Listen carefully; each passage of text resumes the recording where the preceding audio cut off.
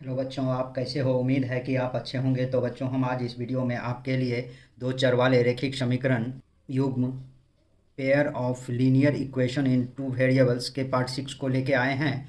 आज का प्रथम प्रश्न है बच्चों, यह प्रश्न थ्योरेटिकल प्रश्न है बच्चों।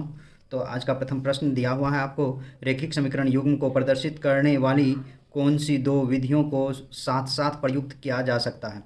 ए में है बच्चों बीजगणितीय तथा ज्यामितीय विधियाँ, बी में है विलोपन तथा वज्र गुणन, सी में है बीजगणितीय तथा वज्र गुणन, और डी में है प्रतिस्थापन तथा विलोपन विधि। तो बच्चों, रैखिक युग्म प्रदर्शित करने वाली विधियां बीजगणितीय और ज्यामितीय विधियों से बच्चों रैखिक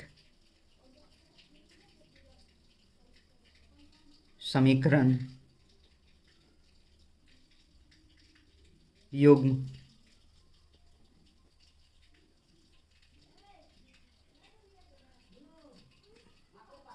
प्रदर्शित करने वाली दो विधियां है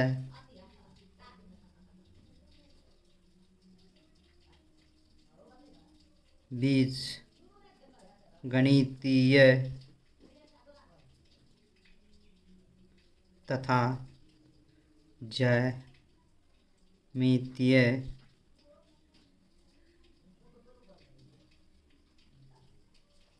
अर्थात 1 का आंसर हो जाएगा बच्चों ऑप्शन नंबर ए। अर्थात यह प्रश्न बच्चों थ्योरेटिकल प्रश्न है, इसको ध्यान में रखना होगा।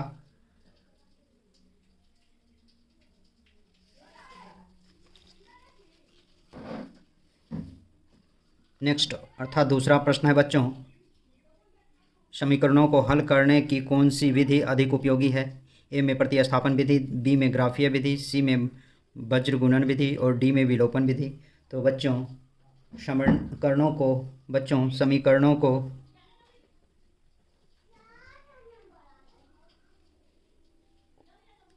हल करने की कई विधियां हैं, जैसे प्रतिस्थापन विधि,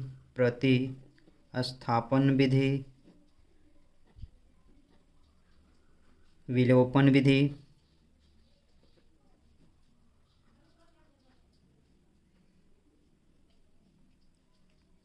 वज्र गुणन विधि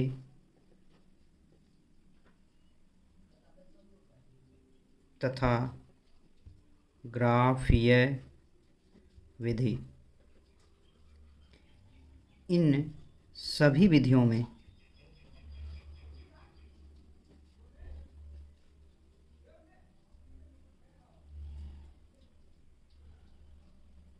ग्राफीय विधि अधिक उपयोगी होता है। तो बच्चों 2 का आंसर हो जाएगा ऑप्शन नंबर बी।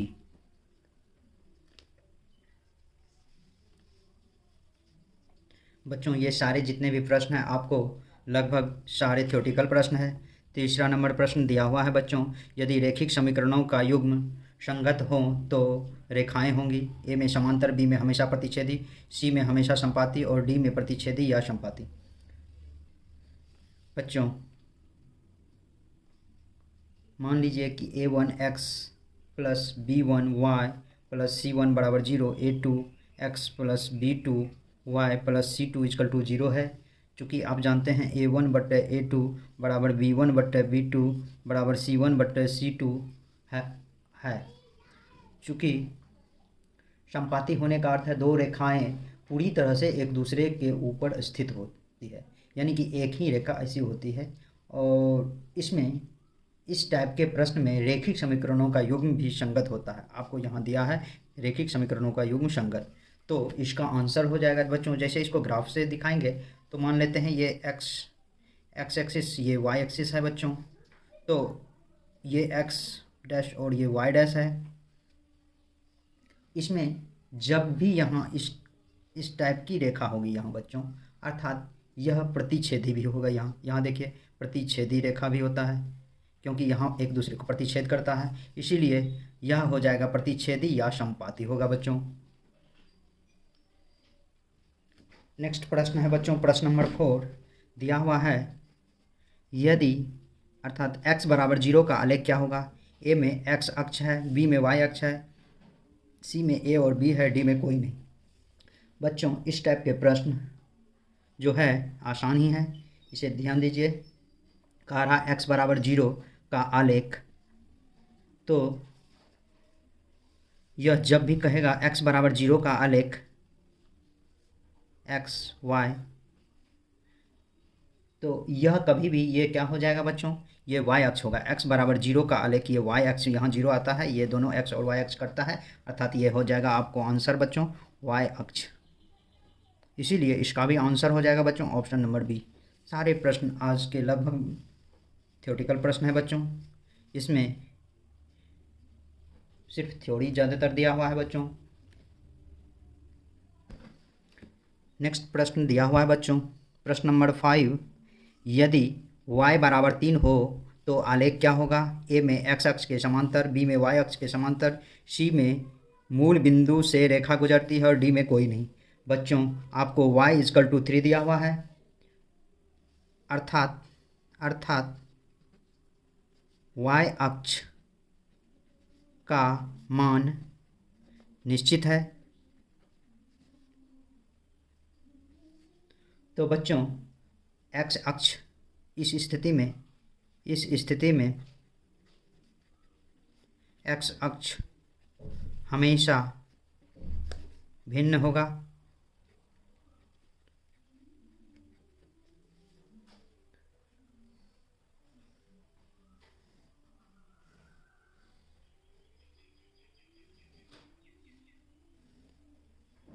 मान लीजिए बच्चों चरमान x y और इसका निर्देशांक बिंदु x y है।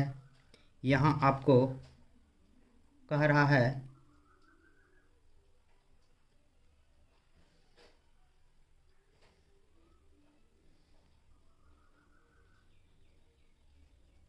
y बराबर ये भी 3, ये भी 3, ये भी 3, ये भी 3, ये भी 3 है। तो x बराबर बच्चों होगा 0 1 2 3 4, इस तरह से हो जाएगा। x y अक्ष होगा 0 3 1 3 2 3 3 3 4 3, इस टाइप से होगा बच्चों। इस तरह से बच्चों मान लेते हैं यहाँ एक्स वाई एक्सिस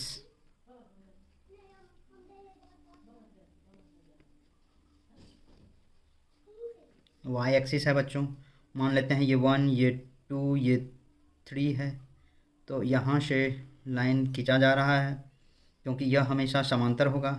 और यहाँ 1 2 3 4 दिया हुआ है, तो 0 एक्स अक्ष 0 है बच्चों, 0 और 1, तो 0 1 हमेशा यहाँ होगा बच्चों, 0 1 ये होगा। अब 1 3 तो यहाँ 1 0 1 यहाँ होगा बच्चों, 0 1 1 3 1 3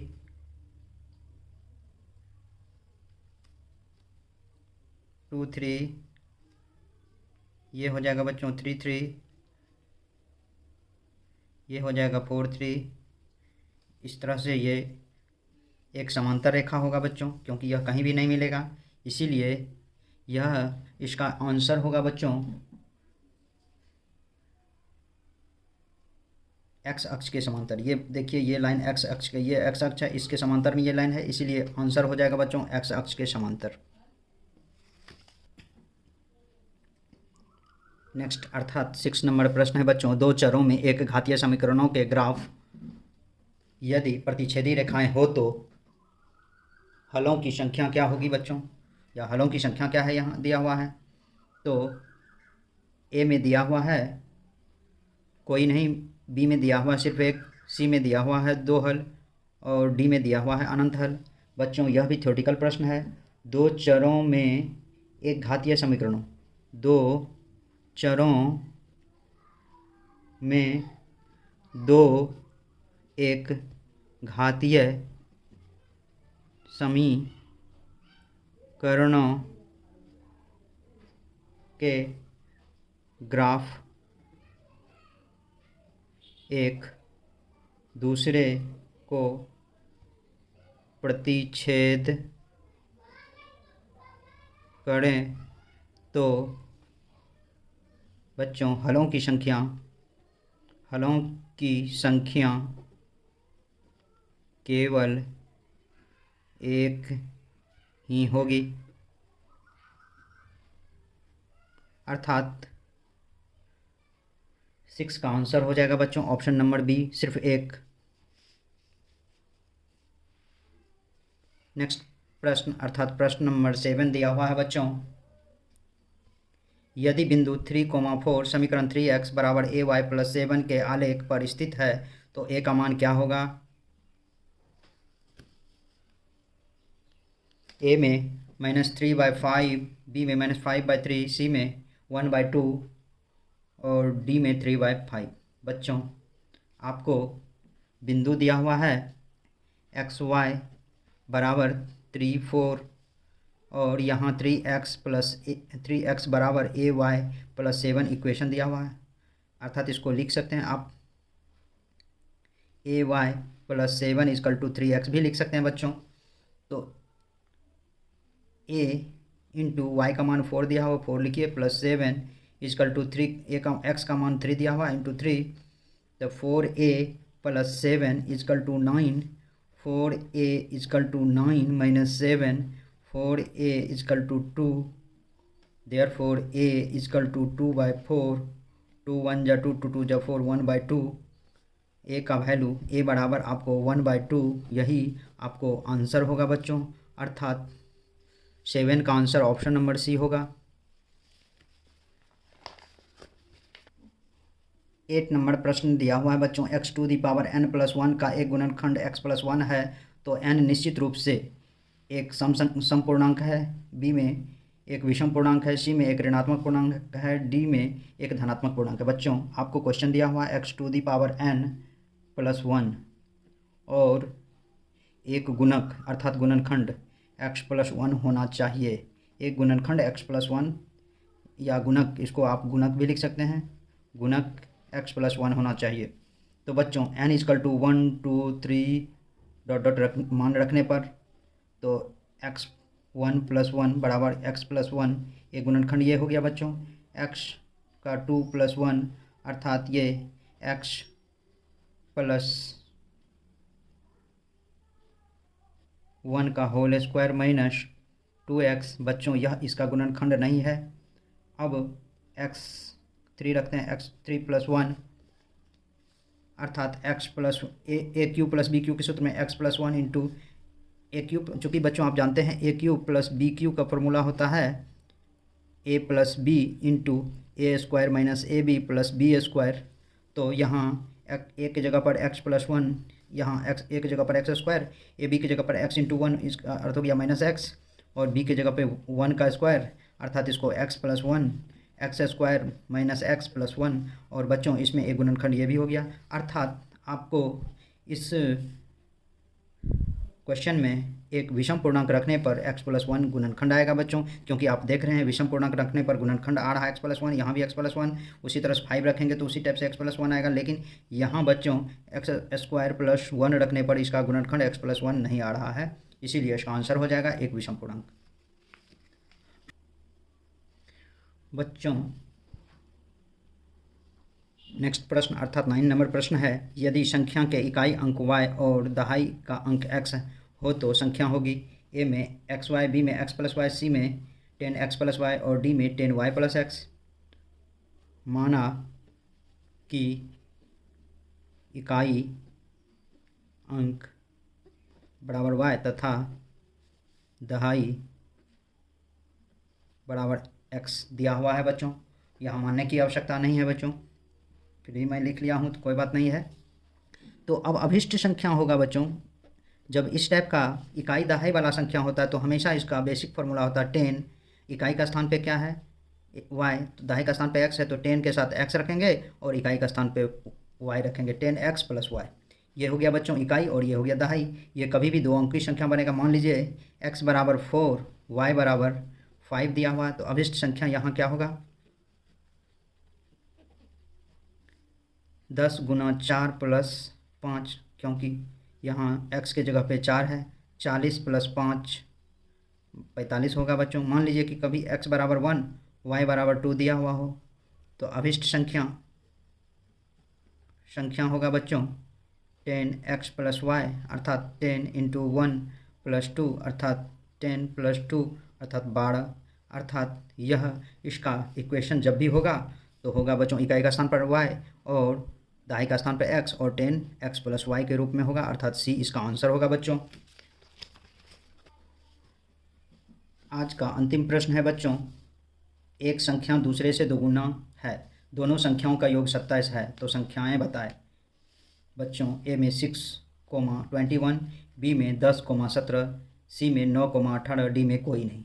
तो बच्चों प्रश्न बहुत आसान ही है। माना कि एक संख्या बराबर x तथा दूसरी संख्या बराबर दुगुना है, अर्थात 2x। एक संख्या दूसरे से, मान लीजिए बच्चों ये एक नहीं, यह दूसरी संख्या मानिए x और दूसरी संख्या 2x, और पहली संख्या